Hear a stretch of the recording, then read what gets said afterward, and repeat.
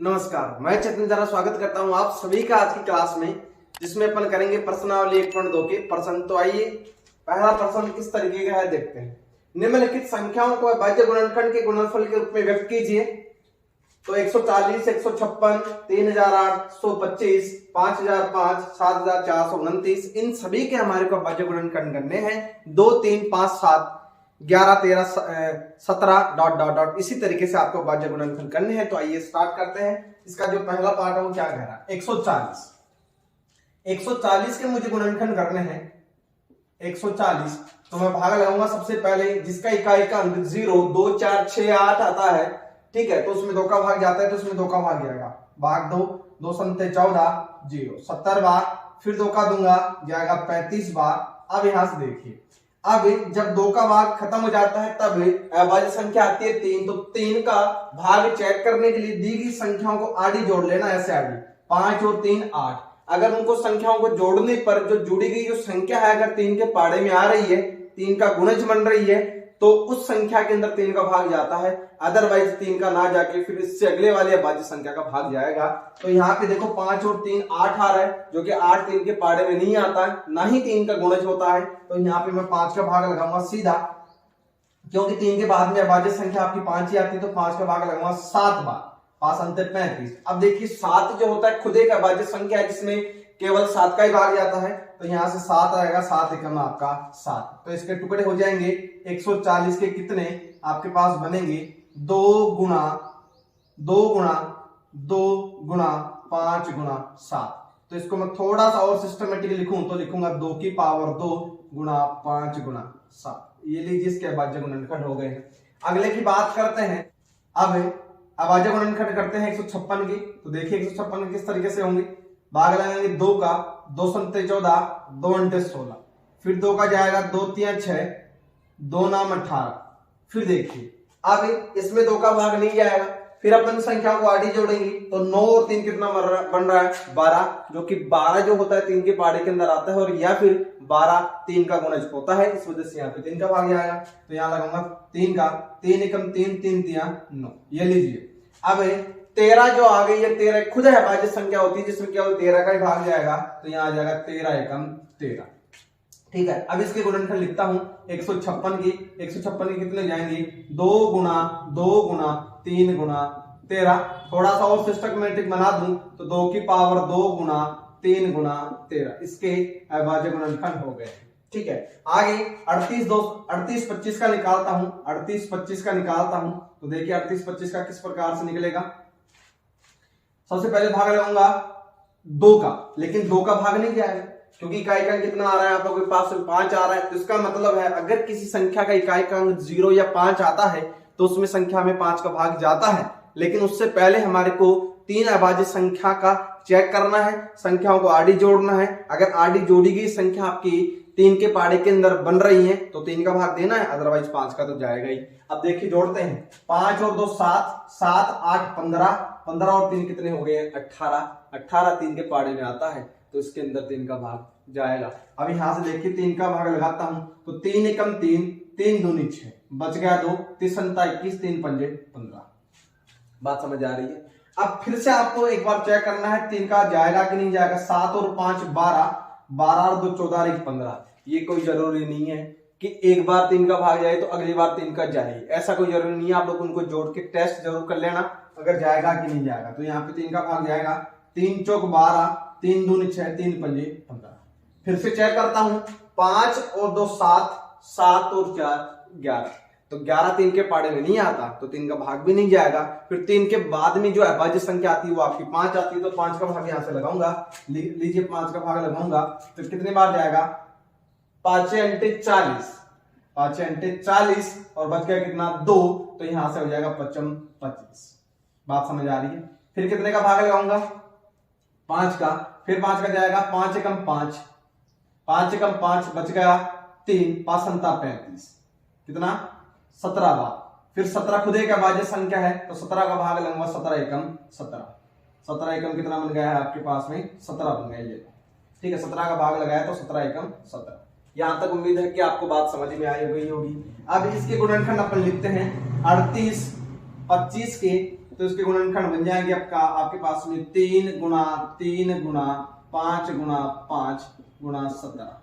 ठीक है, या फिर इसको थोड़ा सा और जमा लूं तो 3 की पावर 2 गुणा 5 की पावर 2 गुणा 17 आपके पास में इसके टुकड़े बन गए हैं। यहां तक बात आपको समझ में आ रही होगी। अब बात करते हैं 5005 की, तो 5005 के अंदर मैं भाग लगूंगा 5005 के मुझे अभाज्य गुणन करने हैं। तो देखिएगा यहां से, अब यहां से ना तो 2 का जाएगा, 2 का नहीं जाएगा, तो फिर अपन बात करते हैं 3 की। 3 के लिए संख्याओं को आड़ी जोड़ूंगा तो 5 और 5 10 बन रहे हैं, जो कि 10 की 3 के पाड़े में आता नहीं है, तो इसका मतलब है 2 का टिकट कैंसिल, 3 का भी कैंसिल। अब बात करते हैं 5 का, तो 5 का इसके अंदर भाग जाएगा, तो 5 का भाग जाएगा कितनी बार, 5 एकम 5 0 0 5 एकम 5। यहां तक बात समझ में आ रही होगी। फिर 5 का भाग अगली बार तभी जाएगा जब उसका इकाई अंक 0 या 5 बने, तो इसका ना तो 0 बन रहा है ना ही 5 बन रहा है, तो फिर 5 का भाग नहीं जाएगा। फिर बात करते हैं 5 के बाद में भाज्य संख्या 7 की, तो 7 का भाग आपको चेक करना ही पड़ेगा, 7 का भाग आपको चेक करना ही पड़ेगा। देखिए अगर 7 का भाग लगाता हूं तो 7 एकम 7, 7 एकम 7, ध्यान से समझने एक बार लगा के दिखा देता हूं मैं। 7 एकम 7, 7 एकम 7, बच गया कितना 3, यहाँ पे हो गया 30, 7 चौक 28, बच गया कितना 2, यहाँ पे हो गया 21, 7 पे 21। बताइए 7 का भाग जा रहा है कि नहीं जा रहा है, बिल्कुल जा रहा है। उसके बाद में अपन फिर से 7 का भाग चेक करते हैं, तो 7 दूनी 14, यहाँ पे बच गया 3, जो कि नहीं जाएगा। फिर बात करते हैं 7 के बाद में जो अभाज्य संख्या आती है डायरेक्ट 11 आती है, तो 11 का भाग लगाऊंगा तो 11 एकम 11, बच गया कितना 3, और इधर हो गया 33, तो कितना हो गया 11 3 33, और 13 एक खुद आपके अभाज्य संख्या है, तो इसमें डायरेक्ट 13 का भाग जाएगा, तो 13 एकम 13। यहां तक बात आपको अच्छे से समझ में आ रही होगी। तो इसके जो गुणनखंड है मैं लिख दूंगा यहाँ पे कितने 5005 के गुणनखंड हो जाएंगे कितने 5 गुणा 7 गुणा 11 गुणा 13, 5 गुणा 7 गुणा 11 गुणा 13। ठीक है, अब अपन गुणनखंड करते हैं 74 29 की, यहां से 74 29 के मैं गुणनखंड कर रहा हूं, ध्यान से समझते जाना। 74 29 के, ठीक है। अब यहां से समझने वाली बात है, अब इन संख्या को मैं चेक करता हूं, तो ना तो 2 का भाग जाएगा, 2 का नहीं जाएगा, तो 3 का टेस्ट करता हूं। 9 और 2 11, 11 और 4 15, 15 और 7 कितने हो गए हैं आपके पास में 23, 15 और 7 कितने हो गए हैं आप लोगों के पास में 23।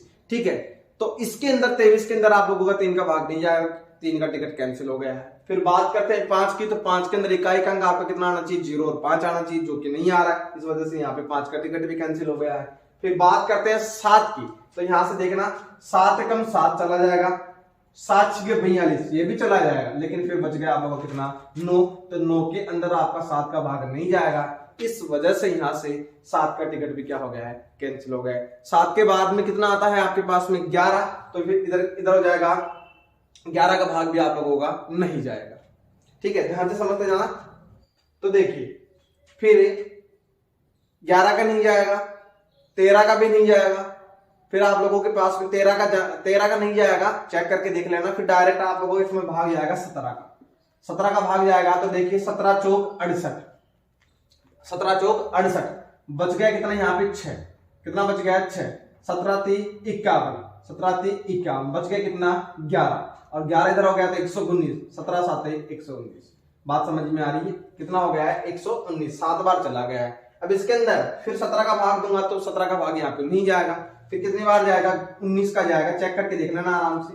19 दूनों 38, 19 दूनों कितना हो गया 38, 19 57 ज्यादा चला जाएगा, 38 और 5 कितने हो गए आपके 43, तो यहाँ पे 5 बना, 5 बचा तो 19 57। ठीक है, फिर डायरेक्ट 23 का जाएगा, तो 23 से कम 23 आप लोगों का आ गया, 23 से कम 23। जब तक आपको भाग देते जाना जब तक कि यहाँ पे कितना ना आ जाए, 1 नहीं आ जाए, तो यहां से मैं 17 इसकी 7429 के गुणनखंड लिखूंगा, जो कि कितने आएंगे 17 गुना 23, 17 गुना 19 गुना 23, 19 गुना 23। यहां तक बात आपको समझ में आ रही होगी, ये इसके गुणनखंड हो गए। ठीक है, अभाज्य गुणनखंड करना आप लोगों को 7वीं 8वीं क्लास से आप लोगों को समझाया जाता है, तो ये तो 10th क्लास के अंदर अभाज्य गुणनखंड आएगा, जो कि आप लोग आराम से दे सकते हो। शर्त यह है कि आपको भाग अच्छे से देना आना चाहिए। चलिए अगले प्रश्न की अपन तरफ बढ़ते हैं। चलिए तो अगला क्वेश्चन है कि पूर्णांकों के निम्नलिखित युग्मों के एचसीएफ और एलसीएम ज्ञात कीजिए तथा इसकी जांच कीजिए कि दो संख्याओं का गुणनफल बराबर एचसीएफ गुणा एलसीएम है।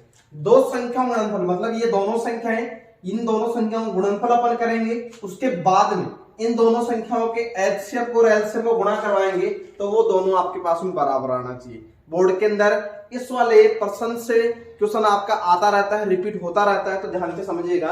सबसे पहले दी गई संख्याओं का अपने को अभाज्य गुणनखंड की सहायता से एचसीएफ और एलसीएम निकालना है। तो सबसे पहले अपन निकालते हैं 26 के गुणनखंड। ठीक है, 26 के गुणनखंड मैं करता हूं तो देखिएगा कितना मिलेंगे। 2 का भाग लगाऊंगा 13 जाएगा, फिर मैं डायरेक्ट 13 का लगाऊंगा 1 बार जाएगा। ठीक है, इसके गुणनखंड हो गए हैं। अब बात करते हैं 91 की। 91 के अंदर भाग लगेगा, ना तो 2 का लगेगा, ना ही 3 का लगेगा क्योंकि जोड़ने पर 10 आ रहा है, ना ही आपका 5 का लगेगा क्योंकि 0 इकाई का 0 और 5 नहीं आ रहा है। फिर डायरेक्ट 7 का जाएगा। 7 का कैसे? 7 एकम 7, 7 एकम 7, बच गया 2, 7 ते 21, 13 बार डायरेक्ट 13 का जाएगा, 13 एकम 13। ठीक है, यहां तक बात आपको समझ में आ रही होगी। अब हमारे को क्या करना है, इसका एचसीएफ निकालना है। एचसीएफ हमारे को निकालना कितने का? 26 का और 91 का। तो मैंने क्या कहा था आपको कि एचसीएफ और एलसीएम निकालने के लिए एचसीएफ को न्यूनतम घात लेनी होती है, एलसीएम के अंदर बड़ी से बड़ी घात आपको लेनी होती है। तो इसके जो गुणनखंड है, इसके गुणनखंड मैं एक बार लिख देता हूं, यहां पर ध्यान से समझना। गुणनखंड लिख रहा हूं, 26 के कितने हो जाएंगे? 2 गुना 13 और 91 के हो जाएंगे कितने?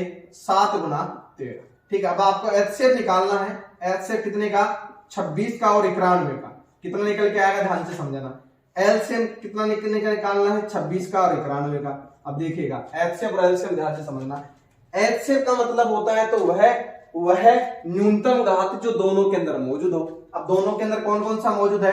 13 मौजूद है, तो यहां से आ गया 13 की पावर 1, या फिर डायरेक्ट में बोल सकता हूं 13। यहाँ पे दोनों में कॉमन क्या है आप लोगों का?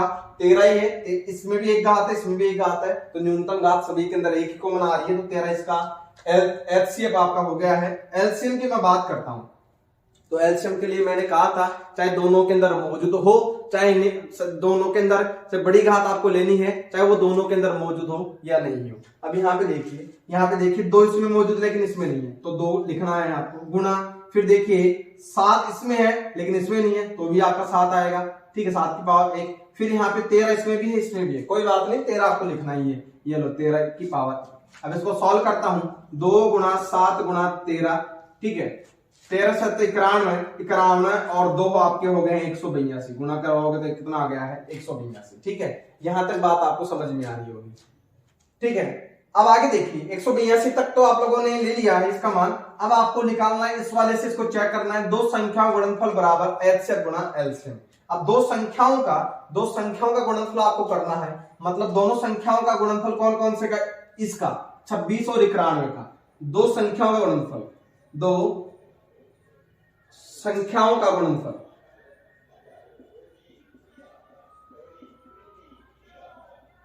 दो संख्या गुणनफल कितना आ गया है? इन दोनों को जब गुणा करवाते हो आप लोग 26 और 91 को, 26 और 91 गुणा करवाओगे तो आपके पास में आएगा 2366। तो दो संख्या गुणनफल 26 गुणा 91 करोगे तो 2366 आएगा। दो संख्या गुणनफल अपन ने कर लिया है। अब अपने को एचसीएफ गुणा एलसीएम करना है, तो यहां से लिखोगे एचसीएफ इनटू एलसीएम। जब आप लोग एचसीएफ और एलसीएम गुणा करवाते हो, एचसीएफ आपके पास में 13 है, एलसीएम आपके पास में 182 है। 13 गुणा 182 करवाओगे तो इसका मान भी आपके पास में आएगा 2366। गुणा करवा के चेक कर लीजिएगा, यही आप लोगों के आंसर मिलेगा। तो अगर ये दोनों बराबर आ रहे हैं, इसका मतलब ये है कि आप लोगों का जो एचसीएफ और एलसीएम है वो आप लोगों ने सही निकाला है। ये आपकी इसकी सत्यता की जांच हो गई है। अगले प्रश्न की तरफ बढ़ते हैं। 510 और आपके पास में 92 है, इनके गुणनखंड हमारे को करने हैं। तो आइए सबसे पहले 510 की मैं बात कर लेता हूं। तो 510 में इकाई का अंक 0 आ रहा है, तो इसमें 2 का भाग जाएगा, तो भाग लगाऊंगा 2 का। 2 दूनी 4, 2 पंजे 10, 2 दूनी 4, बच गया 1, 2 पंजे 10 और बच गया 1, 2 पंजे 10। ठीक है, 5 5 10 और 2 कितने हो गए? 12। तो 3 का भाग जाएगा, 3 का भाग जाएगा, तो 3 का लगाओ, 3 अंटा 24, बच गया 1, 3 पंजे 15। ठीक है, उसके बाद में 8 और 5 आपके बन रहे 13। इसका मतलब 2 का नहीं जाएगा, ना ही आपका 3 का जाएगा। फिर आपके कितने का जाएगा? 5 का जाएगा। 5 एकम 5, 5 अंते 35, फिर 17 का भाग जाएगा 17 एकम 17। ठीक है, अब मैं इसके गुणनखंड लिख देता हूं। 510 के गुणनखंड लिख रहा हूं, कितने बनेंगे? 2 गुना 3 गुना 5 गुना 17। ठीक है, अब 92 के टुकड़े अपन करते हैं। 92 के टुकड़े करिएगा, 2 चौके 8, 2 छके 12, फिर 2 का लगाऊंगा 23 बार जाएगा, फिर 23 से खुद अभाज्य संख्या आ गई है 23 एकम 23। तो इसके गुणनखंड लिखता हूं 92 की, कितने आएंगे? 2 की पावर 2 गुना 23 आपके पास में आ गए। यहां तक बात आपको समझ में आ रही होगी। अब आपको क्या करना है? एचसीएफ और एलसीएम निकालना है। तो एचसीएफ लिखूंगा मैं, एचसीएफ लिखूंगा एचसीएफ किस किस का निकालोगे? 510 और 92 का। एलसीएम किसका निकालोगे? 510 और 92 का। ठीक है, वही प्रोसेस जो इससे पहले आप लोगों ने की है, वही चीजें यहाँ पे चलती जाएगी। अगर पर्सन समझ में आ रहा है, वीडियो पसंद आ रहा है तो लाइक जरूर करिएगा। ठीक है, 510 और 92 का एचसीएफ निकालने के लिए, एचसीएफ का मतलब वह न्यूनतम संख्या जो दोनों के अंदर मौजूद होनी चाहिए, न्यूनतम पावर जो दोनों के अंदर आ रही होनी चाहिए। अब यहाँ देखिए 2 की पावर 2 है, यहाँ पे 2 की पावर 1 है, इसका मतलब 2 की पावर 1 यहाँ पे कॉमन आप लोगों के पास में आ रही है। 2 की पावर 1 आपके पास में कॉमन आ रही है, और 3 इसमें है, इसमें नहीं है, 5 इसमें नहीं है, 17 इसमें नहीं है, 23 इसमें है लेकिन इसमें नहीं। इसका मतलब 2 की पावर 1 का मतलब 2 की पावर 1, तो बोले कितना आ गया है? 2। इस वाले का एचसीएफ निकल गया है। ठीक है, अब एलसीएम की अपन बात करते हैं। तो एलसीएम के अंदर अधिकतम पावर जो दोनों में से किसी एक में मौजूद होनी चाहिए। अब यहाँ पे देखिए 2 की पावर 1 और 2 की पावर 2 के में अधिकतम पावर कितनी है? 2 की पावर 2। ठीक है, यहाँ पे 3 की पावर 1 है, इसमें है लेकिन इसमें नहीं, कोई बात नहीं, तो भी अपने को लिखनी है। ठीक है, 3 की पावर 1 लिख दी है, गुणा फिर 5 इसमें नहीं है, तो भी आप लोगों को लिखा जाएगा। फिर 17 इसमें है लेकिन इसमें नहीं है, फिर 23 इसमें नहीं है, तो 23 की पावर 1 लिखी जाएगी। ठीक है, जब इनको सॉल्व करते हैं तो 23460 आता है। ठीक है ना, यहां तक बात समझ में आ रही होगी। अब आपको दो संख्याओं का गुणनफल और एचसीएफ एलसीएम ज्ञात करना है। तो दो संख्याओं का गुणनफल, दो संख्याओं का गुणनफल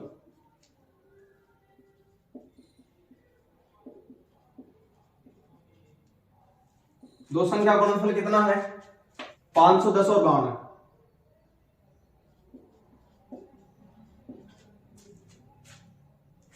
तो इनका गुणनफल कितना आएगा? 46920। 46920 इन दोनों का गुणनफल आप लोगों के पास में आ जाएगा। और आप लोग निकालोगे क्या? एचसीएफ गुणा एलसीएम। एचसीएफ गुणा एलसीएम, एचसीएफ कितना है आपके पास में? 2 गुणा एलसीएम आपके पास में कितना है? 23460। 23460 जब इन दोनों को गुणा करवाओगे तो वही आपके पास में बन के आएगा 46920। ये गुणा करवा के देख लेना, दोनों आपके पास में बराबर ही आएंगे, जिसका मतलब आप लोगों को गुणनखंड सही है। अब बढ़ते हैं अपन इसके थर्ड पार्ट की ओर। थर्ड पार्ट क्या है? 336 के मुझे अभाज्य गुणनखंड करने हैं। तो सबसे पहले भाग जाएगा 2 का, 2 एकम 2, 2 छके 12, 2 अंटे 16। ठीक है, फिर 2 का जाएगा 2 अंटे 16, 2 चौके 8, फिर 2 का जाएगा 2 चौके 8, 2 दूनी 4, फिर 2 का जाएगा 2 दूनी 4, 2 एकम 2, फिर आपका जाएगा 30 अंता 21 और 7 एकम 7। चलिए 54 के गुणनखंड करते हैं। 54 के गुणनखंड करूंगा तो पहले भाग लगाऊंगा 2 का, 2 दूनी 4, 2 संते 14, फिर भाग जाएगा 3 का, 3 नाम 27, फिर जाएगा 3 का, 3 त्या 9 और 3 एकम 3। यहां तक बात आपको समझ में आ रही होगी। तो इनके गुणनखंड अपन लिखते हैं। 336 के गुणनखंड लिखता हूं मैं, कितने आएंगे? 1 2 3 4, 2 की पावर 4 गुणा 3 गुणा 7। ठीक है, और फिर 54 के गुणनखंड लिखता हूं तो कितना आता है? 2 गुणा 3 की पावर 3। अब यहां से आपको एचसीएफ और एलसीएम निकालना है। यहां से एचसीएफ और एलसीएम आपको निकालना है। एचसीएफ कितने का? 336 और 54 का एचसीएफ आपको निकालना है। एलसीएम आपको निकालना है कितने का? 336 और 54 का। चलिए, एचसीएफ का मतलब होगा कि वह न्यूनतम पावर जो दोनों के अंदर मौजूद होनी चाहिए। यहाँ पे देखो 2 की पावर 1 दोनों के अंदर मौजूद है, 2 की पावर 1 गुणा यहां से 3 की पावर 1 है, यहाँ पे 3 की पावर 3 है, तो दोनों में 3 की पावर 1 मौजूद है, 3 की पावर 1। तो इससे रिजल्ट आप लोगों के पास में निकल के आया कितना? यहां से निकल के आया 3 दूनी 6, अच्छा इसका क्या हो गया आप लोगों के पास में, इसका एचसीएफ निकल के आया है। अब एलसीएम की मैं बात करता हूं तो एलसीएम के अंदर चाहे अधिकतम पावर आपको लेनी है, चाहे दोनों के अंदर वो मौजूद हो या नहीं हो, एक के अंदर तो मौजूद आपकी होगी। अब यहां से देख लीजिए, यहां से मैं इसको यहां से सोल्व करता हूं, 2 की पावर 4 गुणा 3 की पावर 3 गुणा 7। यहाँ पे देखो 2 की पावर 4 अधिकतम ले ली, 3 की पावर 3 अधिकतम ले ली और 7 की पावर 1 मैंने अधिकतम ले ली। जब इनको मैं गुणा करवाता हूं तो मेरे पास बनेगा ये 3024। कितना बन के आया है, 3024 आपके पास बन के आएगा। अब आप लोगों को यहाँ पे a इंटू बी बोले तो दोनों संख्या का गुणनफल कितना होगा, दोनों संख्या गुणनफल, या फिर दोनों संख्याओं को a और b के रूप में लिख सकता हूं। तो दोनों संख्या कितनी है, 336 और 54। 336 और 54 को जब आप लोग गुणा करवाओगे तो 18144 आएगा। कितना आएगा, 18144। और एलसीएम इंटू एचसीएफ आप लोग करोगे, एचसीएफ और एलसीएम कितना है 6 और एलसीएम कितना है आपके पास में 3024। तो इनको गुणा करवाओगे तो भी आपके पास में 18144 आएगा।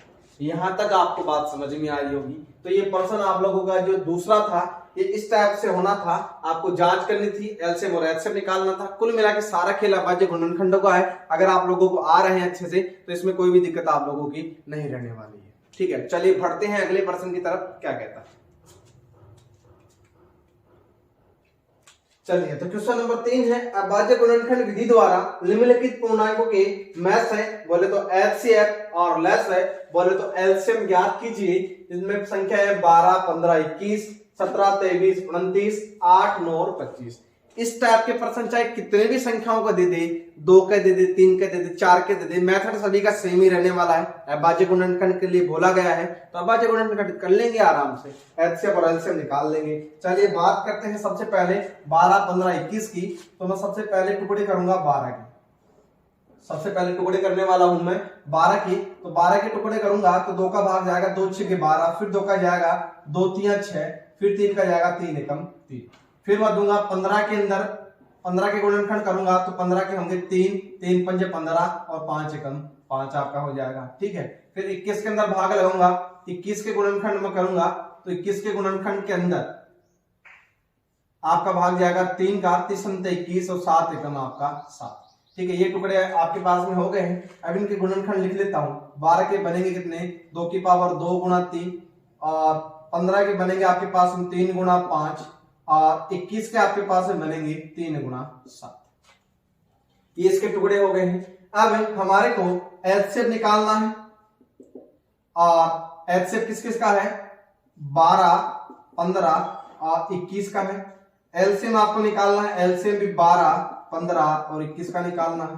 चलिए एचसीएफ के लिए न्यूनतम पावर जो जितनी संख्या में सभी के अंदर मौजूद हो, तो देखिए कौन सी है, इधर सभी के अंदर मुझे दिख रहा है 3 है, तो 3 इसका एचसीएफ निकल गया है। एलसीएम के अंदर दोनों के अंदर अधिकतम पावर आपको लेनी होती है, चाहे तीनों के अंदर मौजूद हो जरूरी नहीं है, लेकिन कम से कम एक में मौजूद होनी चाहिए। तो यहां से होगा 2 की पावर 2 और गुणा 3 गुणा 7, ये आपके 7 और गुणा आपके पास में 5, एक 5 भी तो है आपके पास में।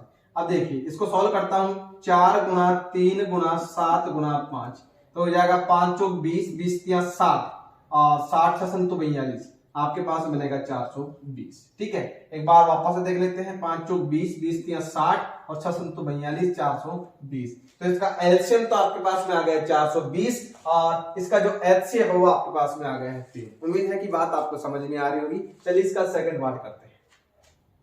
तो 17 के टुकड़े करते हैं, 17 के टुकड़े करेंगे तो 17 के अंदर 17 का भाग ही आएगा, 17 एकम 17। 23 के टुकड़े करता हूं तो 23 के अंदर 23 का भाग ही आएगा, 23 एकम 23, और 29 खुद एक अभाज्य संख्या है तो 29 का ही आएगा, 29 एकम 29। तीनों के अंदर खुद का ही आएगा और किसी संख्या का भाग नहीं जाएगा। तो यहाँ से 17 के टुकड़े लिखूंगा कितने, 17 गुणा 1 लिख सकते हो, और 23 के लिखूंगा कितने, 23 गुणा 1 लिख सकते हो, और 29 के लिखूंगा कितने हो जाएंगे, 29 गुणा 1 लिख सकते हो। अब आपको क्या निकालना है, एचसीएफ किस किस का, 17, 23 और 29 का निकालना है। एलसीएम निकालना है 17, 23 और 29 का निकालना है। ठीक है, अब देखिए एचसीएफ के अंदर वह न्यूनतम पावर जो तीनों के अंदर मौजूद हो, तो तीनों के अंदर तो भाई 17, 23, 29 में से तो तीनों अलग अलग ही आ रहे हैं, लेकिन ये तीनों मैंने इसलिए लिखे हैं क्योंकि तीनों के अंदर 17 को 1 से गुणा करवाऊंगा तो 17 आएगा, कोई फर्क नहीं पड़ेगा, इस वजह से मैंने तीनों के अंदर लिखे। मतलब कुछ भी कॉमन नहीं आ रहा है तो एक कॉमन आता है, तो यहाँ से जो एलसीएम निकल के आएगा वो तो कितना आ गया, इनका 1 आ गया है। अब बात करते हैं एलसीएम की, तो एलसीएम के अंदर तीनों में अधिकतम पावर लेनी होती है, चाहे तीनों में मौजूद हो चाहे नहीं हो, तो यहाँ से आएगा 17 गुना 23 गुना 29, ये तीनों आ जाएंगे क्योंकि तीनों की अधिकतम पावर एक ही नजर आ रही है, तो ये मैंने लिख दिया 17, 23 और 29। जब आप लोग इनको गुणा करवाते हो तो ये आएगा 11, 33 और 9, ठीक है, 11, 33 और 9, ये इसका क्या निकल के आएगा आपके पास में एलसीएम, और ये क्या निकल के आया आपके पास में एचसीएफ। चलिए इसके थर्ड पार्ट की अपन बात करते हैं। तो 8 के टुकड़े करता हूं, 8 के टुकड़े करूंगा, 2 चौके 8, 2 दूनी 4 और 2 एकम 2। फिर 9 के करता हूं, 3 तिया 9, 3 एकम 3। फिर 25 के करता हूं, 5 एकम 5, 5 25 और 5 एकम 5, ठीक है। तो यहां से मैंने टुकड़े कर दिए हैं, अब इनके टुकड़े लिख लेता हूं। 8 के टुकड़े कितने हो गए हैं, 2 की पावर 3 और गुणा 1 लिख सकते हो आप लोग, ठीक है। और 9 के कितने हो गए, 3 की पावर 2 गुणा 1, 25 के लिख सकते हो आप लोग कितने, 5 की पावर 2 गुणा 1। अब यहां से आपको एचसीएफ निकालना है, एचसीएफ कितने का, 8, 9 और 25 का। फिर आपको एलसीएम निकालना है कितने का, 8, 9 और 25 का, ये लो। अब एचसीएफ के अंदर तीनों के अंदर कौन आ रहा है, 2, 3, 5 तो आ नहीं रहे, एक आ रहा है, तो यहां से एचसीएफ तो कितना निकल गया, 1 आ गया है। एलसीएम के अंदर तीनों की अधिकतम पावर आप लोगों को लेनी है, तो अधिकतम पावर आ जाएंगे आपके पास में, 2 की पावर 3 आ गई यहाँ से, और यहाँ से 3 की पावर 2 आ गई है, और यहाँ से 5 की पावर 2 आ गई है, 5 की पावर 2 आ गई। तो इनको थोड़ा सा ओपन करता हूं, तो 2 की पावर 3 का मतलब 8 होता है, 3 की पावर 2 का मतलब 9 होता है, 5 की पावर 2 का मतलब आपके पास में होता है 25। तो 25 घंटा 200, और 200 को 9 से गुणा करवा दूंगा तो कितना आ जाएगा, 1800।